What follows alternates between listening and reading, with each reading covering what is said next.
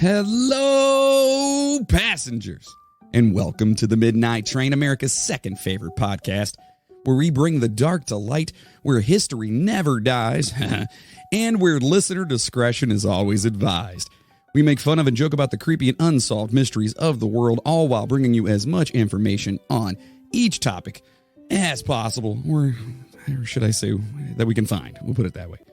Anyway, yes, we are a comedy podcast, and things can get pretty dark, so if you're new here and you're not into that, listen, no hard feelings, we get it. You know, we kind of bring some levities to some pretty dark issues and dark topics here, but, if you are, listen, thanks for giving us a chance, thanks for being here, thanks for listening, and to the rest of you who are, back again, listen, you're my kind of people, and I love you. I'm just saying, I love you. I am your host, the conductor of the cryptic, Jonathan Sayer, that's right. Woo! And I have no one in the co-host chair today, and that's fine. That's okay. It's fine. Everyone's abandoned me.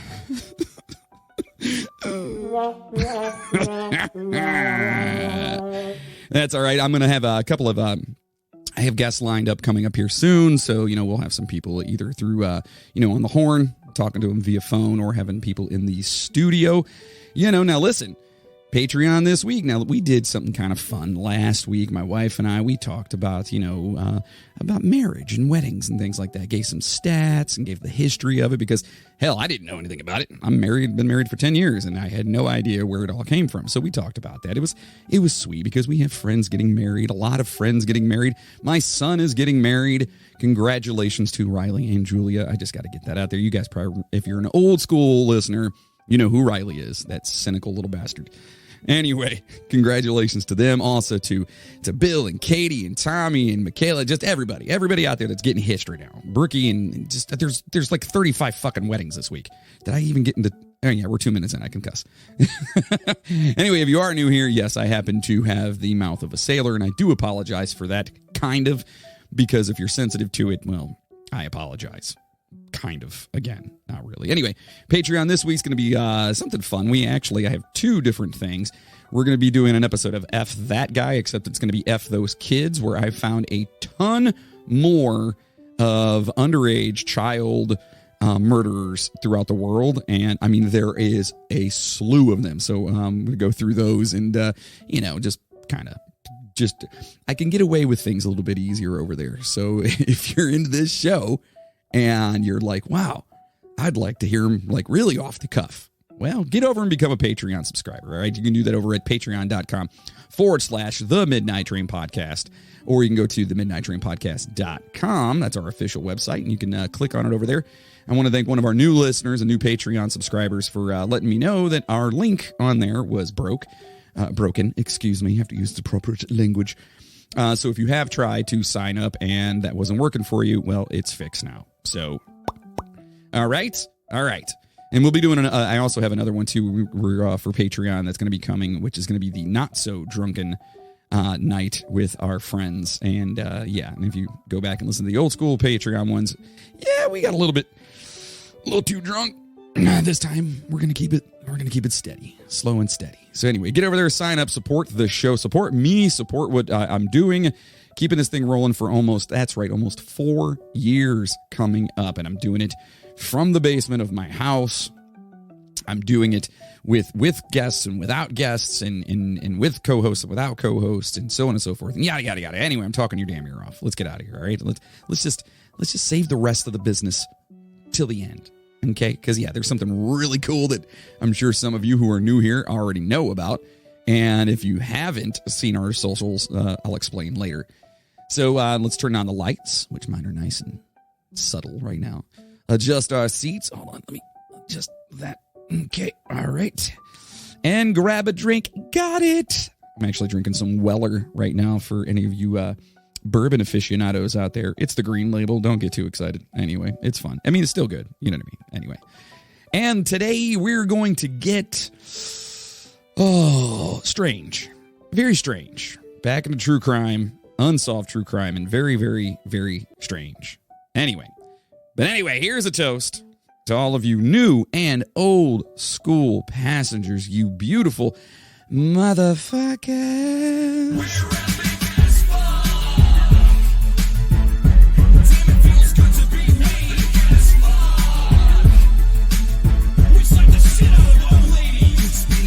jerking, working while we dismember the world, returning in as little as a sermon, burning like a hurting scorpion, getting fitting here, dismissing, dissing all you hissing bitches, itching for another brother to discover like no other. Like a motherfucker, lick the icky like I was a sucker. Knuckles down into the ground and something hit me while I'm clogging. As I'm hounding all the women, make them wet like they were swimming. Reading while I'm spitting venom, this is nowhere near the ending. Yeah, don't act like you don't like this. I see you smiling, sending your Yeah. That, of course, is my old project with my buddy Jeff, who was once upon a time a co-host here. And that is the Cool Whips. And you're more than welcome to go and find that and disturb everyone around you as you listen to it, because it is different. Yeah. All right. So today we're talking about an unsolved murder case that I kind of was like, I don't know too much about this. I dove into it and I'm like, wait a minute. And then this thing was like a serious, like, the whole Onion adage where it's just one layer after another, after another, after another. Or, if you're a parfait, parfait. Parfait has layers too. Sorry. And drink up if you know the game. Anyway. So June 23rd of 1965 was not your typical Wednesday for Houston Police Captain Charles Bullock and L.M. Barta, his partner. Instead, the warm 92-degree evening led the two seasoned officers to the house of Fred Rogers and his wife, Edwina, to check on the couple in a standard welfare check. You know how that goes. If you're not hearing from somebody, you can send the cops over and say, hey, I'm worried about this person, and they will go, and they'll knock on the door, and they'll see, make sure everything's all right, right? So Marvin Martin, Edwina's nephew, this is the nephew of Edwina here, was worried that, he hadn't heard from her for a little bit of, some time, and asked the police to stop by their home to ensure that everything was cool. All right, so he's concerned, and the nephew's concerned. I like that. Well, it wasn't. In fact, it was far from it. So as the officers knocked on the elderly couple's door, they were met with nothing more than an eerie and foreboding silence. Then, walking around to the back of the quiet home, the officers stumbled upon something that immediately alerted them. What they saw was confounding and peculiar. A barricade of flower pots was set up to block the back door, and the weary officers moved past them, opening the door and finding themselves inside the Rogers kitchen. Okay, so they're inside the house now, and they're just standing in the kitchen. Standing in the middle of this noiseless room that most likely once flowed with the smells and tastes of what one can only imagine as a deliciousness, Captain Bullock's heart began to race. Food was just sitting out on the table, but nothing else seemed, nothing else that you would consider to be, quote unquote, out of place. However, he knew something was off. Later, remembering that something, quote, just didn't feel right as he and his partner stood there, calling out for any sign of the couple. Then the captain slowly walked toward the refrigerator, not fully knowing why his curiosity was taking him in that direction. He was just kind of like, I don't know, check the refrigerator out. I don't know, maybe, somehow, he says he didn't actually know why he went to the refrigerator, but maybe at that moment in time, he was kind of just like, curious, like, is there food in here still? Like, he doesn't know, so I don't know. So, whatever. We'll just, whatever. So it was a simple refrigerator like he's seen, and, multiple times and used almost daily. But this time, there he was with a gut feeling that maybe something was in there and that could give the officers some insight into where the couple may have actually gone. Quote, for some reason, I just opened it. As the captain and his backup opened the refrigerator and peered inside, it didn't appear to be anything more than the typical pig meat staying cool and fresh amidst the heat of the Texas summer. Nothing suspicious at all. It was all washed, sliced, and stacked neatly. Nothing unusual. However, glancing around the refrigerator, something in the lower drawer kind of drew their attention. There were where the carrots and the vegetables and the celery and everything, where that usually goes in the little veggie drawer down there, were the decapitated heads of Fred and Edwina Rogers. Yikes. Oh, boy. Yeah, it's going to be that kind of episode, folks, just so you know. And it gets great. This is one of the most weird, what the yeah, anyway, sorry. That was a weird noise I just made right there. It was determined that their ends, came from Fred being beaten to death with a claw hammer and Edwina being beaten and then shot in the head. All of this happening on Father's Day. Right. Both of them had been I put that word in there specifically because I knew I can nail that word. I can nail it. Exsanguinated. There you go. I got it, right? And dismembered. Okay, so they were just, their blood just was drawn out of their body. They were completely bled dry. Well, not dry, but they were bled out, should I say. And they were dismembered. But it seemed the murderer, had a grudge against Fred. Okay, old Papa Fred over here. He unfortunately received the worst. His eyeballs and genitals had been brutally removed, and his entrails were flushed down the fucking toilet. Yep.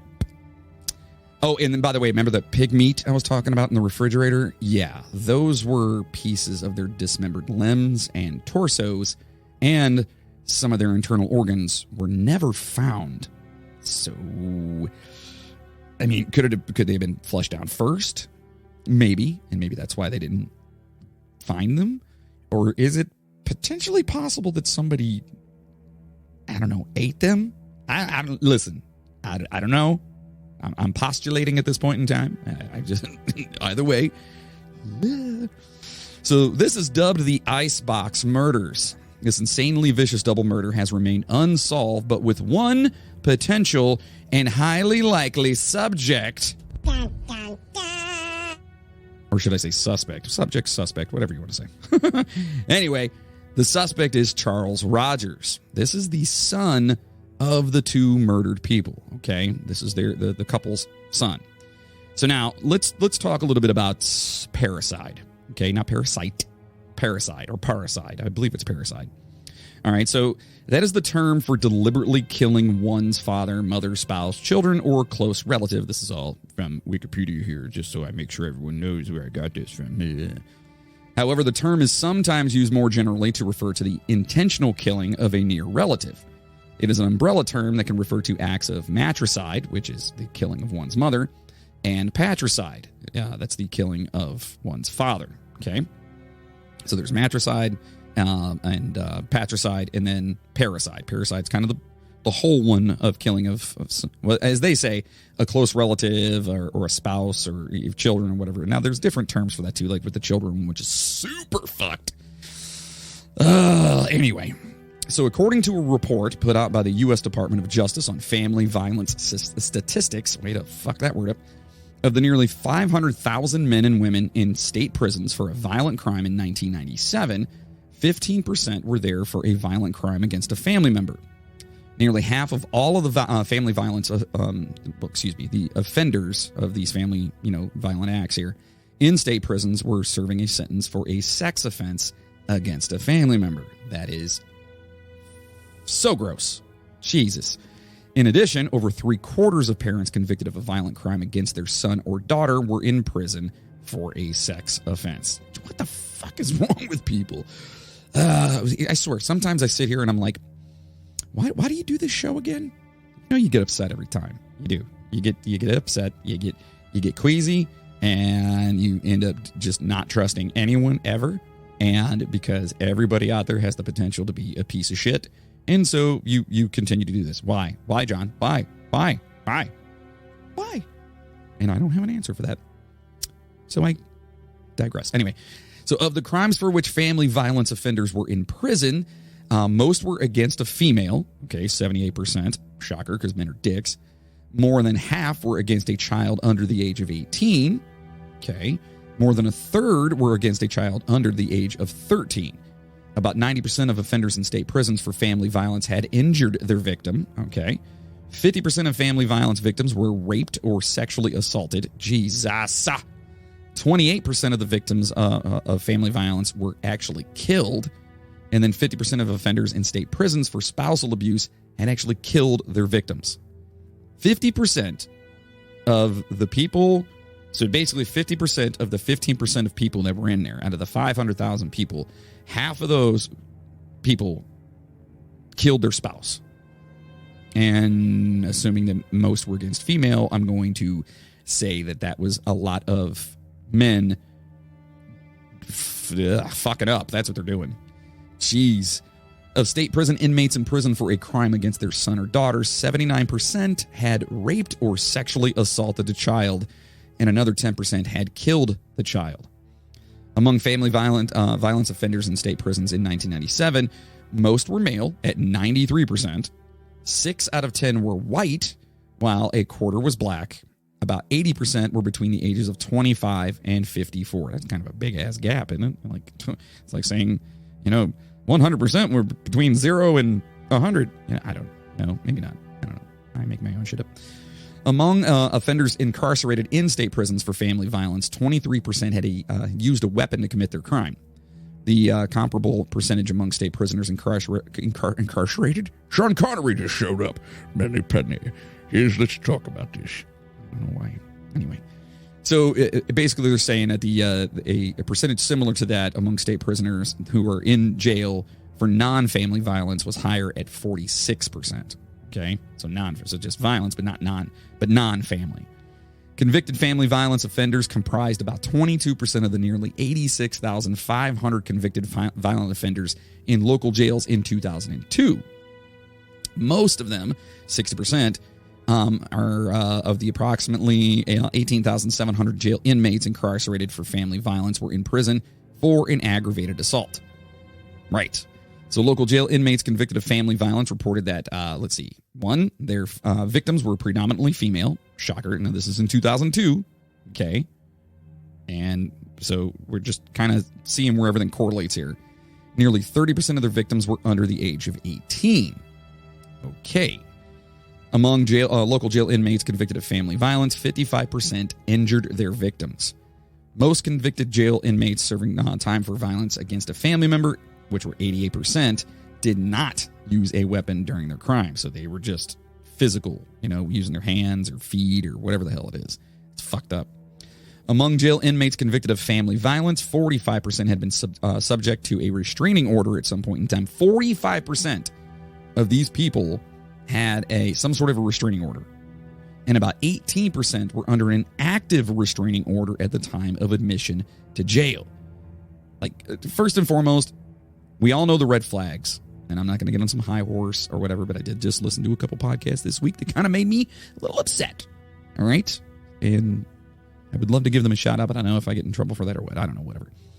Anyway, you guys know, everyone knows the red flags. Guys, you know the red flags. Girls, you know the red flags. Girls, women, ladies, you guys know the red flags. Stop thinking that those red flags are, no, he was just in a bad mood. No, he was just this. No, he was just... Get out. Get out, especially if you see any type of violence. Run. Run to the hills. You like that? Yeah. Anyway, get out. Stop making excuses and just go. All right? You'll be much better off. All right. Anyway, all those stats aside, I just want to kind of talk about that a little bit because, when we think about, we hear a lot about the sensationalism about, kids killing or, a family being slaughtered by somebody or whatever. But when you listen to the statistics or whatever, it's not as bad, but it's still a horrible problem. But it's more about the violence that leads up to it. You know what I mean? Like that violence perpetually day, Junior. Jesus! It perpetually exacerbates and gets worse and worse if it's not taken care of. And the first time should be the last time. And there should never be a first time, but that should be the last time. You know what I mean? So anyway, all right. So that's the whole thing about that. And so Charles Rogers, this is the son now, right? The son of the Rogers couple here who were found dismembered and brutally just skinned and sliced and entrails and the dude's nuts were taken. Oh boy. So anyway, he was 42 years at the time, okay, of the murders, and he lived with his parents at their home. He attended Texas A&M, but he dropped out and then started at University of Houston. And he earned a Bachelor of Science degree in freaking nuclear physics. Yeah. So he wasn't some dummy, all right? This guy was actually very, very intelligent. We'll talk about that quite often as we go through this. Charles was also a pilot in the Navy and flew during World War II and served in the Office of Naval Intelligence. That's amazing. You know what I mean? Like, this guy it sounds like he has so much going for him, right? Right. So after that one guy with the silly mustache was gone, or was he? and the war was over, he came home and got a job as a seismologist for an oil company. So let's see. So far, degree in nuclear physics. I don't know why my mouth just hates me. Flew during the in the Navy during World War II, and then got out and got a job for an oil company as a seismologist. Okay, looking for oil. Okay, I actually know someone that was very, very close and near and dear to my heart that did that and actually found a lot of oil. He did that gig for 9 years until he just up and quit in 1957 with zero fucks and zero explanations to give to anyone. He was just like, I'm out. He was just there. Whatever. Now, this may have been the time where maybe things mentally might have started to decline for him a little bit. You know, it's possible. So according to people who knew him well, Charles had a knack for finding gas, oil, and gold. And get this sumbitch actually spoke 7 languages on top of everything else that we're talking about. I can barely spit out the one I was born speaking, you know? And this guy's talking 7 of them. He talked 7 good. He then joined the Civil Air Patrol, which is a volunteer organization with an aviation-minded membership that serves as the official civilian auxiliary of the United States Air Force. And I had to look that shit up because I had no idea what it was. So thank you, Wikipedia. I'm going to keep saying that, too, just because of that one review we got. Just over and over. I'm going to keep saying it.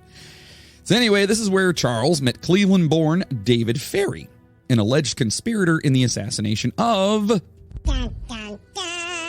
President John F. Kennedy, who was supposedly buddies with Lee Harvey Oswald. Not John F. Kennedy, but this David Ferry guy. That'd be fucked up if Kennedy was friends with Oswald, wouldn't it? Oh, my God. That would change the whole thing. No, but this dude that Charles met, David Ferry, he's actually from Cleveland, right here. Not that I'm proud of him being from Cleveland, because, I don't know, fuck that guy too. Anyway, so he actually met this David Ferry guy there, and he was supposedly involved in the assassination, or at least a conspirator involved in John F. Kennedy's assassination, okay? They attended the same Civil Air Patrol, but he says he didn't actually know the alleged assassinator, okay? So he says that, because they were kind of there, and they were like maybe in different classes or whatever, but then some people say no, they knew each other, and there's like a lot of back and forth. There's a lot of back and forth with all this, and this whole thing gets so right now we're talking about a guy that may potentially be friends with someone who was involved in the assassination of a U.S. president, okay? Did you guys think that's where this was going? Because I sure shit didn't. Okay, so Charles was a brilliant overachiever, obviously. But why did the police think Charles had murdered his parents and defiled their lifeless bodies? Kind of weird, right? Like, why? Why of all people? Oh, by the way, they had no idea where the hell he was at all. They did not know anything. And as we'll talk about it, we'll keep going. We'll keep going. So Charles quit his job and moves back in with mommy and daddy, right? Okay. By all accounts, he was just super reclusive and even went as far as sliding notes under his bedroom door just to talk to his folks. Even the neighbors didn't know that he was actually living there. All right, he was just like some little mooching hermit, just hanging out at 40-some years old. The official investigation into the murder shows that the bodies were dismembered in the upstairs bathroom by someone with, quote, some knowledge of anatomy. Now, there was hardly any blood throughout the entire house, appearing, it looked like somebody had deep cleaned everything after this brutal onslaught. However, the only blood found in the house led straight to Charles's bedroom. Dun, dun, dun. Yeah, I gotta fix that little flub in the beginning of that. It's like, dun, dun, dun. Sorry, I'll fix it. Yeah, whatever. Maybe I won't. Maybe I'll leave it there now because I made a point to tell you guys about it. Anyway, so they find just a little bit of blood up in his bedroom, right? Yeah, not just in his bedroom, but the fuzz found a blood-stained keyhole saw in his bedroom, but zero traces of Charles anywhere, like ever. Okay, this dude has been gone. Nobody has seen or heard from him. Well, we'll talk about it, but there has been no like legitimate like sightings of the guy ever since, well, I guess before this happened, you know what I mean? Because he was such a recluse. So a keyhole saw, if you don't know, is a long, narrow saw used for cutting small, often awkward features in various building materials or bodies. Anyway, just saying. All right, so now brilliant, hermit Charles, he snaps and allegedly just murders his parents in a super fucked up and brutal way and then just walks off into the sunset, right? Super weird. Super fucking weird, right? Right. Well, tighten your freaking seatbelts here, passengers, because this ride is about to get extra bumpy. So now, you got to follow me on this because this gets real convoluted and real weird all over the place. So a couple of dudes named John R. Craig and Philip A. Rogers, not related as far as I know. They may, I don't know. I didn't see that anywhere, but they wrote a book in 1992 called The Man on the Grassy Knoll. You all know what the grassy knoll is, right? That's where, supposedly that there was the extra person that was potentially shot President Kennedy, right? So this book suggests that Charles was actually a CIA agent who was alleged to have impersonated Lee Harvey Oswald in Mexico City. Okay, so this book is saying this, that Charles was actually a CIA agent, and he impersonated the guy who allegedly assassinated the president. Okay. They claim that a dude named Charles Harrelson and brilliant hermit Charles Rogers were one of the two shooters involved in the assassination of President Kennedy. The authors contend that Rogers, Harrelson, and another bloke named Chauncey Holt, and we'll talk about him in a little bit, were the three tramps photographed in question in Dealey Plaza after the assassination, and that Hermit Charles murdered his parents because his mother was being all snoopy and shit and following all of his phone calls. The author also suggests that that Charlie the Hermit here actually fled to Guatemala. Okay. So the three tramps, you can look it up online. It's three guys that look like they're being arrested, but they're, whatever, and we'll talk about it a little bit. And I didn't know anything about this picture, and I've actually been to the JFK Museum, and I don't think I remember seeing that in any way, shape, or form. I may have. Remember, I tend to drink a little bit. I mean, not right now. I mean, right now, yeah. Anyway, so I didn't know anything about this, and it seems that this picture basically, like, there was a huge to-do about it, and we'll go through that as well. So obvious speculation arose as to who these men were and if they had a hand in the death of the 35th president of the United States. And by the way, you can listen to our JFK Assassination Conspiracies episode from May 5th of 2020. Boy, are there a lot of them. Now listen, right now, this all sounds really kind of weird. Right? You got a murdered group of parents, a murdered couple, two parents that were, it's not like a group of parents, it's not like a PTA meeting or something like that.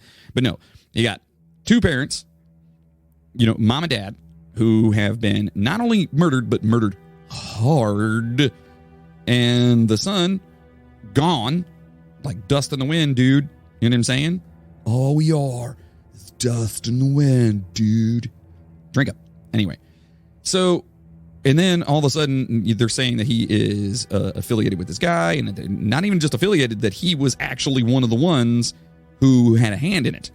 All right? But Dun, dun, dun. this story gets even weirder. So now, remember I mentioned Charles Harrelson? Not our Charles, not Hermit Chuck over here. Well, he was a contract killer.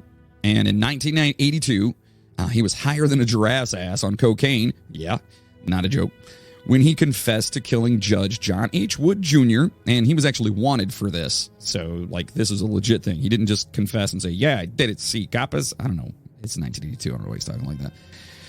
Anyway, but he was wanted for that one, and when he got popped or whatever, he said, yeah, I killed that one. But I also killed President Kennedy. Now, this confession came after a 6-hour, standoff with the cops, not coming out. See, man. Again, I don't know why I do that. So now during his trial, Joseph Chagra, the brother of drug dealer, I'm going to fuck this name up. It's either Yamiel, because it's Jamiel, or Jamil. Jamil? Maybe it's Jamil. Jamil Chagra? That sounds better. It's very wrong. So anyway, his brother, who was a drug dealer, so Jamil Chagra was like this big, huge drug dealer or whatever. His brother, Joseph Chagra, actually testified that Harrelson was bragging about shooting President Kennedy and even went as far to draw maps showing him where he hid during the assassination. So Joseph Chagras said that Harrelson's claim was, obviously bullshit, and subsequently it was reported by the alternate press that the FBI, quote, apparently discounted any involvement by Harrelson in the Kennedy assassination. Okay, so you got this guy who's saying, yeah, I did it. I was a part of it. Well, I was a part of it. You know what I mean? Even bragging to other people, but the person he was bragging to was like, this dude's full of shit. I don't believe him. And then when it got to like the AP, they were just like, yeah, no, everyone thinks it's full of shit. So the FBI was like, this guy's full of shit. So far, this guy's just full of shit, right?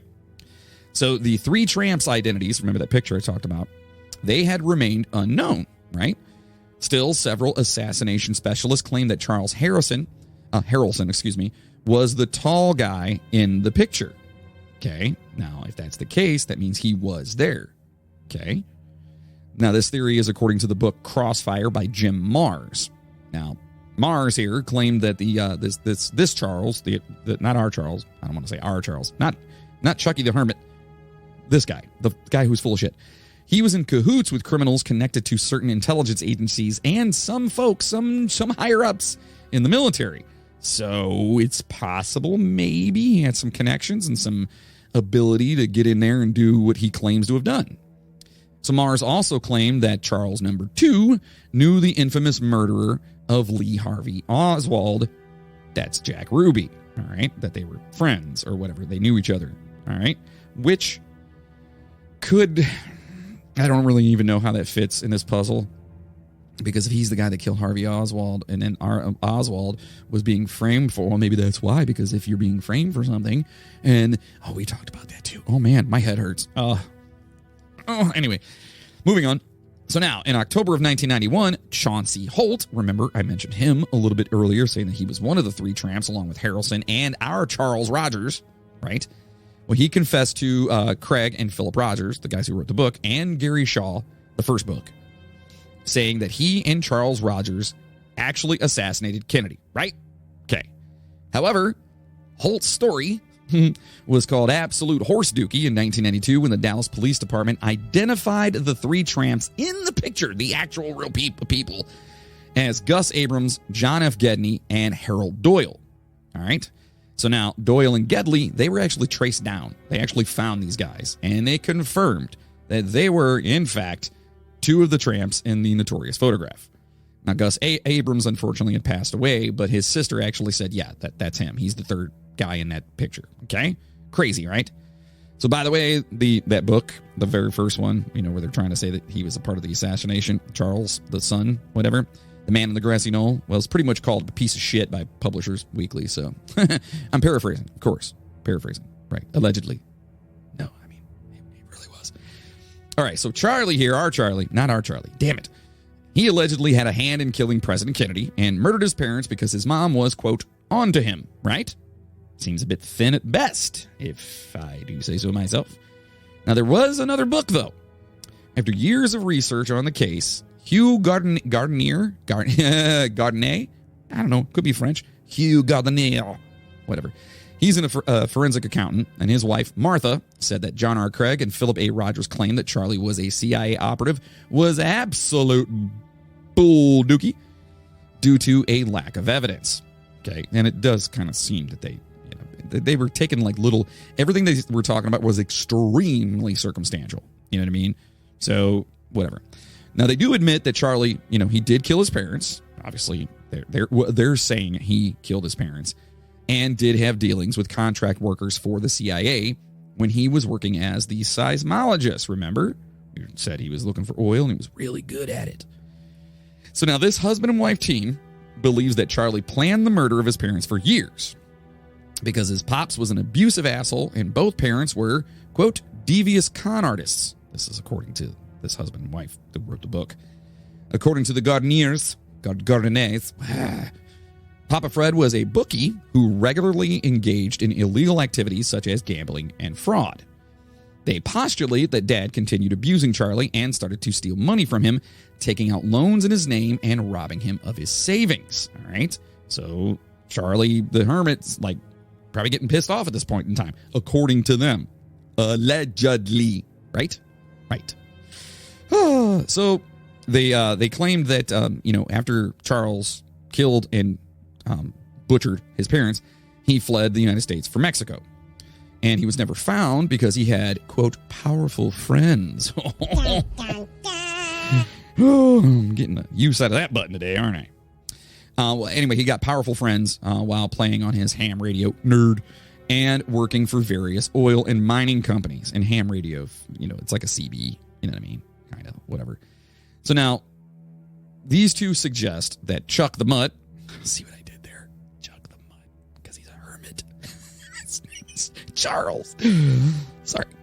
Well, anyway, he eventually made his way to the Honduras, where he was killed over money problems with some miners and unalived with a pickaxe. Not kids, not like miners, not like that, but like real dig in the ground guys. Yeah. Be fucked up if like a bunch of kids just circled him, and especially after last week's episode. Jesus. Now, yeah, anyway. So now anything's feasible, but no, it was actual miners. Like, you know, pickaxes and freaking black on their face, or depending on what they're mining, I guess. You don't have to have black on your face. Well, if you're coal miners, I was born to be a coal miner's daughter. I don't even know what's going on today. Oh, boy. A lot of excitement lately. That's right. Okay, so that's pretty much everything I could kind of find as far as, like, you know, without having stuff that's just regurgitated over and over again. And it's a crazy story to me because of the connections and the possible links with, like, the Kennedy assassination stuff. But here's my problem with this entire thing. Charles was a brilliant guy with more accreditations under his belt than I have empty liquor bottles just sitting by my feet. And do I have any? Yeah, I do. Anyway, but if the house was cleaned so thoroughly, I mean, no blood anywhere other than on the fucking murder weapon found in his bedroom, why would he have left something so obvious behind? The amount of blood those two bodies must have released is almost unfathomable. Unfathomable. Without fathom. Sorry. I keep trying that fucking word. So I will leave you with this, passengers, okay? I know this is a little bit shorter of an episode, but that's because I just, there's not really a lot out there, and I didn't know anything about this, but when I dove into it, I was like, holy shit, kibibble. Anyway, I'll leave you with this, and by all means, please do your own research. I really, you know, support you guys doing that and really want you to get out there and kind of look at things because I'd love to hear your input on it. But if Dad, here's kind of my, we'll call it a theory, if you will. If Dad was a bookie and he and Mom were both involved in some, we'll call them unethical activities, isn't it at least slightly possible that someone outside the family got fucked over by either one or both of the parents and then murdered all three family members and then planted the murder weapon, taking Chuck the Mutt with them and disposing of him elsewhere, or maybe even killing him later? I mean, there has legitimately not been any sign of him after the murders, or even potentially up to the murders. Remember, the neighbors never, they had no idea he lived there.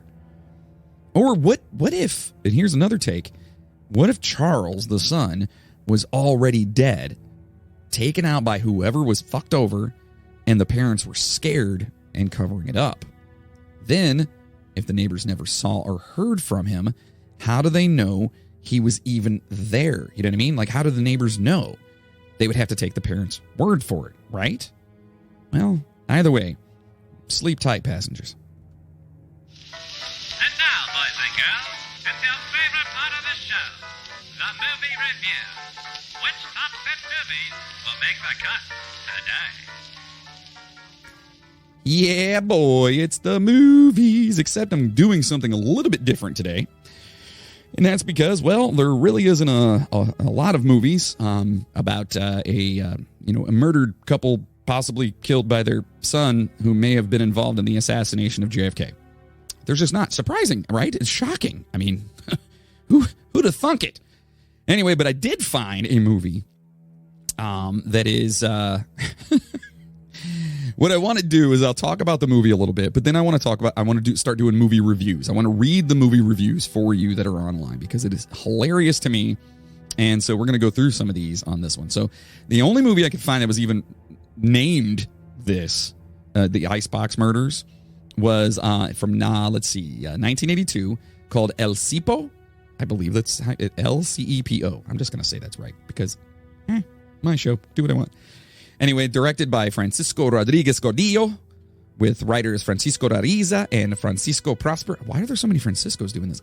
With Jack Taylor, Myrta Miller, and Claudia Gravy. Gravy. I like gravy. Anyway, so this movie has nothing to do with what we just discussed in those actual murders.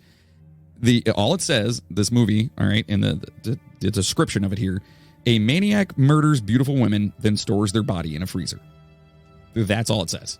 Okay? All right. So let's go down here real fast and see. Like literally, storyline. A maniac murders beautiful women, then stores their body in a freezer. Now, that's fun. So what I first want to do is I want to read the reviews from the critics review. I read one and it was like longer than the episode, and I'm like, I'm not going to do that. We're just going to go ahead. So this one says, quote, this is from buried.com. And this is from, let's see, when did they leave the review? It doesn't say. Anyway, it says, kind of boring is about all I can say here. I really only saw one murder, though a few more were implied. This thing had a decent premise going for it, going for it too as a weirdo. I think they meant TOO, and then forgot that and the apostrophe afterwards. This thing had a decent premise going for it too, as a weirdo doctor invites a woman and her friend to his mansion for a relaxing stay. He seems goofy enough to cause some damage, and his house and servant both are perfect for a good horror film setting. It just wasn't happening in this movie, though. Pissed me off in a way. It felt throughout like someone or something cool was going to happen or be revealed. Nope. Nothing. It had such potential. Damn it, he again with the two. T-O, not T-O-O. Come on. And a D. How are you going to write? Does no one proofread? Okay, if I saw one T-O as opposed to T-O-O slip by, okay, I get it. All right, but it's just a typo. You didn't see that one. Because especially when you're writing a lot. This is one paragraph, first of all. Second of all, twice. That means that's how he writes that version of two. As in also.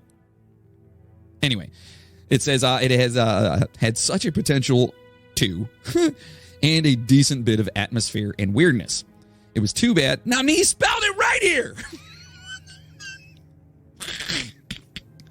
Come on, man. Oh, it was too bad that we couldn't have had some action here other than talking and a couple of cheesy shootings. The best part was where the servant goes nuts and demands the two ladies take off their blouses so he can photo. He gets shot before we see... Oh, my God. Literally is what he says. And first of all, his punctuation is just horrible. He gets shot before we see tits, though. That's... Oh, there's not even like an LOL or a smiley face or a haha or anything like that. It literally just says the best part was where the servant goes nuts and demands the two ladies take off their blouses so he could photo. Comma, he gets shot before we see tits, though. Okay. The last line, this scene sums it all up. Everything comes up just a bit short. All right, so that's from... I'm not even going to say who the name is, but it's from buried.com. That's just, I don't know, that was just hilarious to me.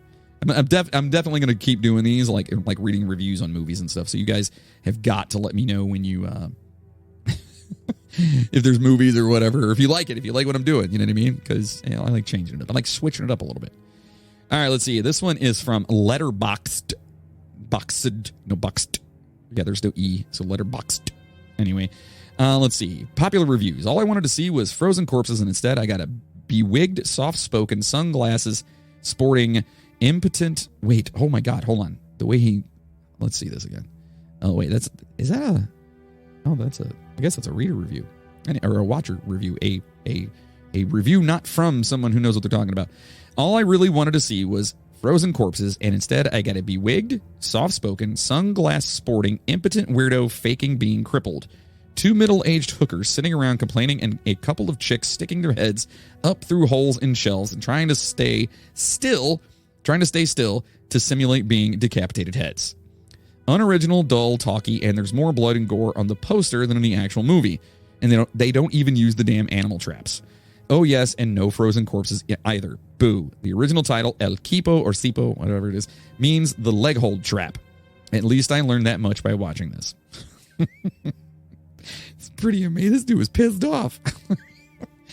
Let's see. That was boring. Let's go. Here we go. The front cover of the Spanish film's VHS video is pretty misleading, as it's actually a slow-moving, moving slower than snails, turtles, and molasses, from director Francisco Rodriguez Gordia, who has done, I'm not reading that, The Moonlight Murders, 90 Miles, okay, whatever.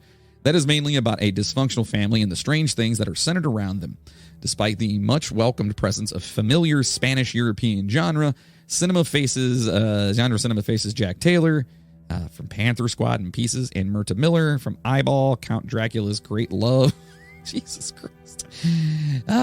Anyway, which translates English, whatever, it's an extremely dreary film that is completely worth skipping. So this guy says, don't watch it. And this one says, a Spanish Giallo Bluebeard by way of Psycho. What? And not as interesting as it sounds. Okay. And this one says, this one didn't even give it a star. Tepid drama with barely realized Giallo aspirations. I'm assuming that's another director. Maybe. I don't know. I'm stupid.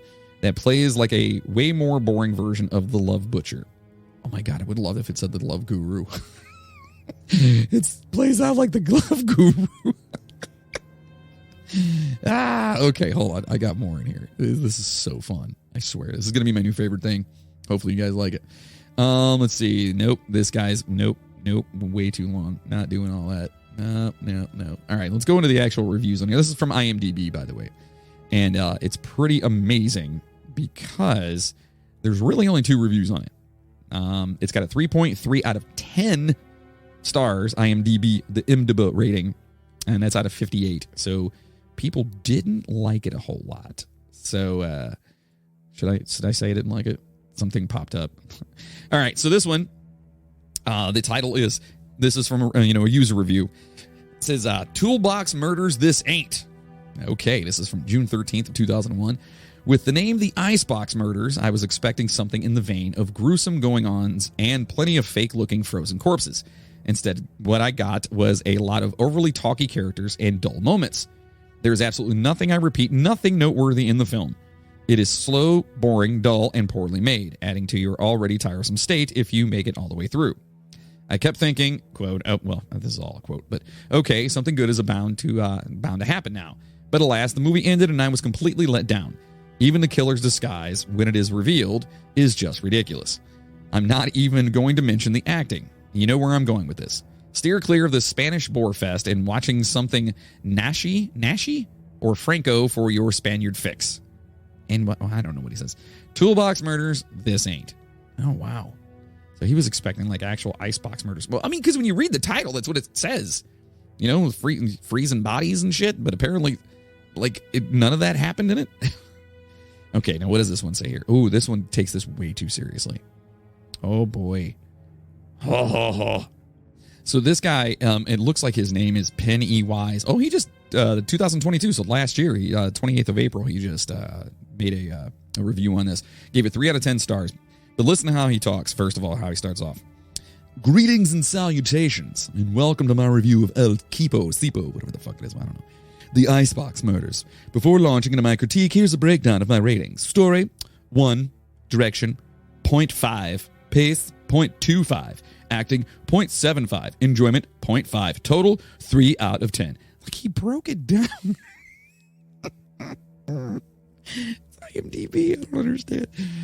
All right, so he goes on. This is what he actually says. The only thing the Icebox Murders has going for it is the story's synopsis. It's a shame the writers didn't have the skill to grow an intriguing idea into an engaging story. Even though other concepts come from the expanding story, these two are forgotten or misused, like Sylvie's nightmare sequence. Had this been pursued, then the story would have been infinitely less boring. But the writers ignored the opportunity and the boredom began to develop. For real, he took way too... Somebody needs a hobby. Maybe this is a hobby. I don't know. I can't judge. Whatever. He goes on to say, but the worst contributor to the tediousness is the director. Not only are there overly long scenes of nothing important, but everything is shot in an under par way and at a drowsy pace. Halfway through the movie, one eye had left the screen and was browsing the net. How do you do that? How does one eye can he move both of his eyes separately? It's pretty cool. Sorry. By three quarters through, both eyes had drifted over to the smaller screen, and I was listening with half an ear. He's only got half an ear? Fucking weird. This guy's like a weird monster. Yet I knew I missed very little, for when I forced my attention back to the Icebox murders, nothing much had changed. If not for the tenterweb, I'd have been snoring. The performances from the cast are as fulminant as... He loves thesaurus.com. As fulminant as the direction. My God, was everybody working in or on this film on tranquilizers? The only spark of life comes from the servant and the actor who played him. Sadly, his exaggerated acting only adds to the inferior feel of the film. And then he says, please feel free to visit my killer. I guess he has his own website. And nobody even responded to him. Probably because nobody's seen this fucking movie is why. I haven't. Anyway, all right, listen, that's the movie reviews that we're going to start doing. And maybe we might do some like movies, like the top 10 movies or whatever, like we normally do. But I thought it was super fun to read these people just being so upset about shit. But listen, I've been that way before. I've seen stuff and I'm just like going on tyrannical. In fact, on our website, the midnighttrainpodcast.com, I was actually doing like blogs or like reviews of movies and whatnot. And I think I did one on like The Witch or I don't know. I did a few of them there when I had time in my life. And, I understand. You gotta vent, especially because you spent like an hour and a half, 2 hours out of your day. And all of a sudden you're just like, fuck this movie. Anyway. So that was the Icebox murders, and listen, I tried to find as much as I could on it, and tried to dive into it a little bit further for you guys, and please do your own research. If you can find some other shit, that'd be awesome. If you were from that area or if you know about it, I would love to hear some input from, people in that, the Texas area that may know about it. That'd be super cool. But that's pretty much all I could find, and hopefully it was... I mean, it's fucked up. Like, we don't know. There's so many unanswered questions. And then you have all these people kind of like throwing, just fucking baloney at the wall to see if it'll stick. You know what I mean? Just, by the way, if you ever try that, please videotape it and send it to me. That'd be amazing.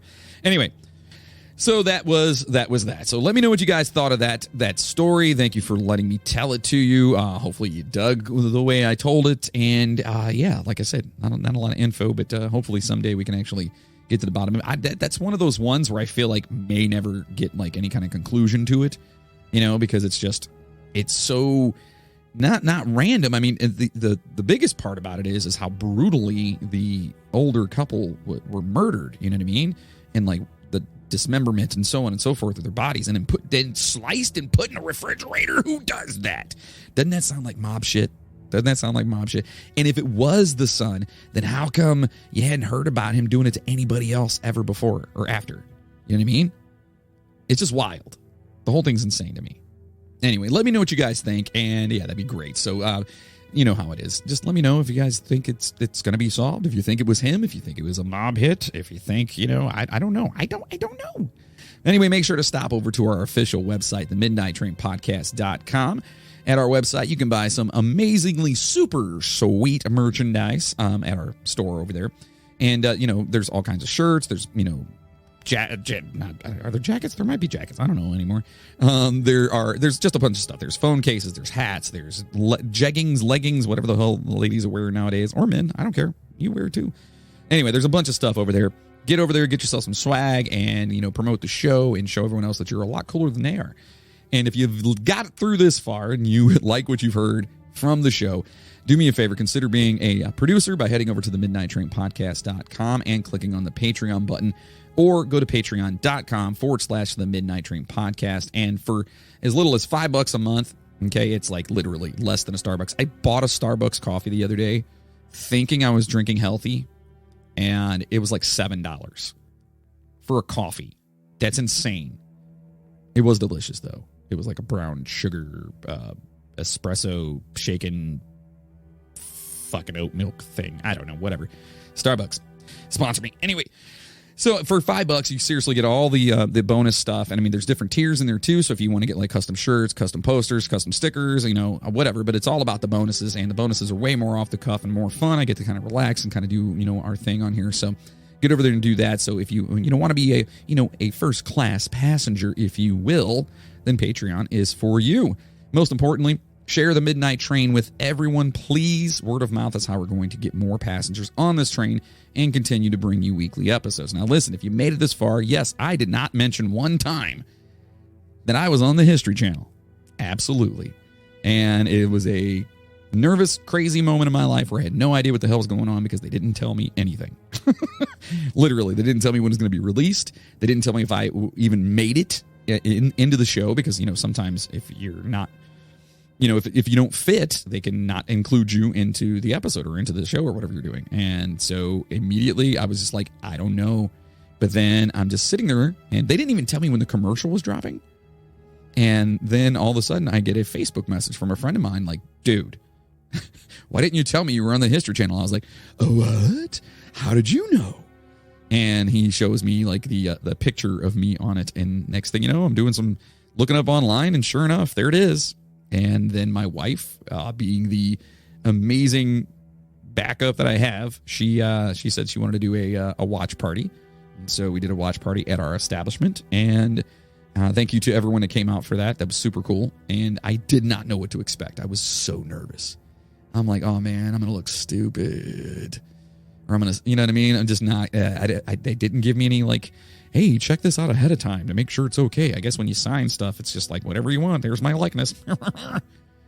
So I did that. And yeah, it was a lot better than I anticipated. I actually got a lot of compliments from it and I appreciate it. And if you're here right now and you're listening to this because you saw that, do me a favor. Just drop me something on the socials. Let me know. Get over on the Facebook or Twitter or Instagram or freaking wherever. Send me a private message. I don't care. Whatever. Let me know that that's where you heard it. In fact, no. You know what's even better? Leave a review, and then like on Spotify or Apple Podcasts or wherever, and say that you saw us on on the History Channel. That'd be amazing. And by the way, the show is History's Greatest Mysteries. That's right. The one and only Lawrence Fishburne. I'm just saying. Yeah, that's right. We were hanging out the whole night. I got his phone number. We're gonna kick it soon. Yeah, I'm just kidding. I didn't even get a chance to meet anybody. It was just me and like 3 other people in a room. That'd be super cool to meet him, though. Anyway, he was in the Matrix. Come on. Anyway, so if you are here because of that, that's super cool. Thank you so much. I know we're not exactly what you think of when you see that on that show because I'm very like matter of fact, like this is the Antikythera, and they keep calling it the Antikythera or something like that mechanism, but I swear I looked up the pronunciation of that and I think they're saying it wrong. I'm just kidding. History Channel. Thank you for having me. You're amazing. Anyway, yeah, so thank you for that. And if you haven't seen it, get out there, find it. It's on Apple TV. It's wherever the History Channel is. So if you have cable, it's on History Channel. And if you've got Apple TV or Hulu Live or I don't know, there's like 5 other places you can look. Amazon. You can go to Amazon and you can buy the episode. Please don't do that. Don't buy the episode. Give your money to me. I'm kidding. Maybe if you want to buy it. Anyway, moving on. I just wanted to touch on that real quick because, yeah, it was super cool. And this show and you listeners are how that happened. Truthfully, me doing this and Logan doing it with me as well and us putting everything we did into it, that's what got me onto that show. And that's super cool. And I thank you so much for that because if it weren't for you, I wouldn't be doing this. So there you have it. Now listen, obviously we love music and want future generations of musicians to have accessibility and music education. So of course we give to a great cause, the Save the Music Foundation. Their mission is to help students, schools, and communities reach their full potential through the power of making music, which I love. I'm kind of a musician myself. Not according to that song in the beginning. As one of the leading music foundations in the United States, they support their partner communities in 3 ways: by donating musical instruments and musical technology, providing support services for teachers, and advocating for music education, which I believe is a big thing because if kids are getting involved in music, that means they're not getting involved in bad shit. You know what I mean? Teach them how to play an instrument. And if they don't like one, give them another one. Keep trying with them until something clicks. And it's not even like, I'm going to be a rock star someday.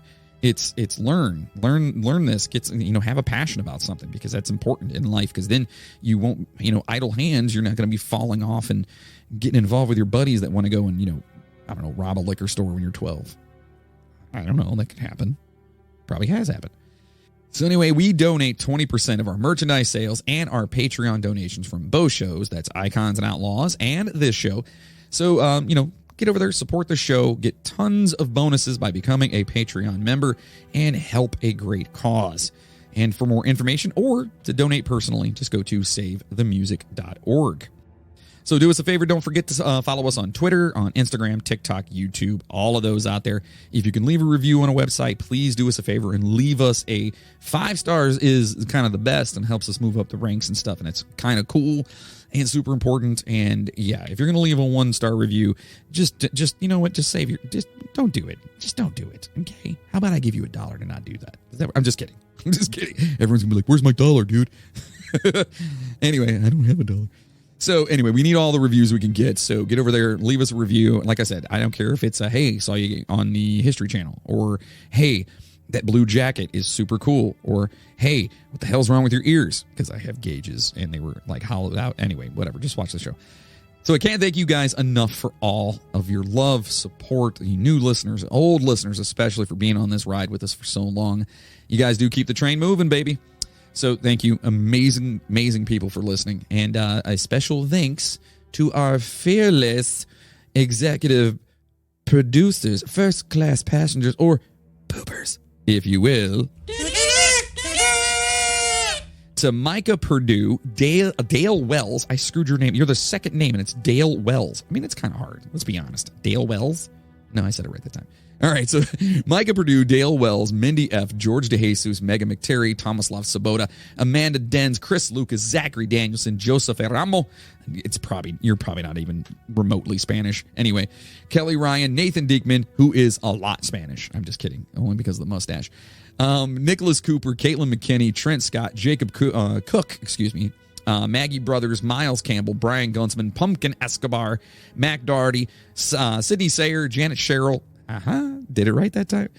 Chad Flint, Chris McLeod, Justin Kowalczyk, Rob Webb over at the Funbox Podcast, Christina Skelton, and Jessica Bartolome from the Sisters Skelton Podcast. Do me a favor, get over there and check both of those amazing podcasts out.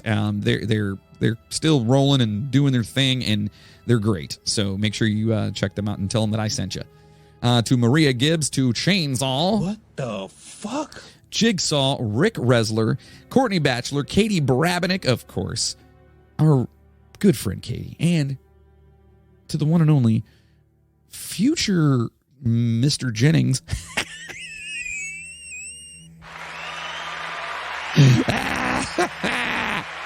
It's my show, Bill. I can say what I want. I'm just kidding. Anyway, his future. Never mind. I'm not even going to get into it. Anyway, good for you. How's that?